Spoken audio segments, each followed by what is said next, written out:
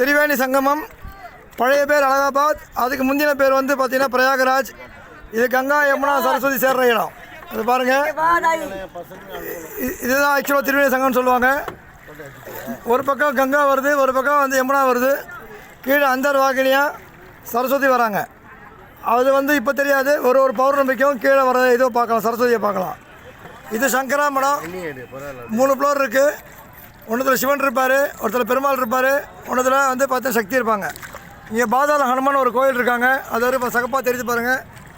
அந்த பாதாள ஹனுமான் கோயில் என்ன விசேஷம்னா, இந்தியாவிலேயே 2 இடத்துலலாம் வந்து பார்த்தீங்கன்னா ஹனுமான் படுத்த மாதிரி இருப்பார் சுயம்புவா. அதுதான் இங்கே. ஒன்று அலகாபாத், இன்னொன்று அவுரங்காபாத் பத்ரா மாருதி. பாருங்கள், எல்லாம் கங்கா ஸ்நானம் பண்ணுறாங்க போட்டில். அடுத்த மாதம் வந்தால் இதுவும் பண்ண முடியாது, அவ்வளோ டைட்டாக இருக்கும். எங்களை எல்லாரையும் எடுன்றாங்க மொத்த பேர் பொறுமையாக.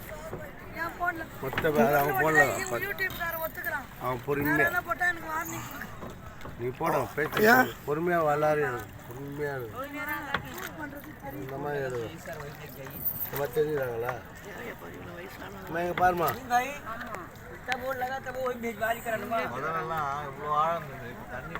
இல்லை இந்த மாதம் இருக்கும், ஜூலை ஆகஸ்ட் இருக்கும்.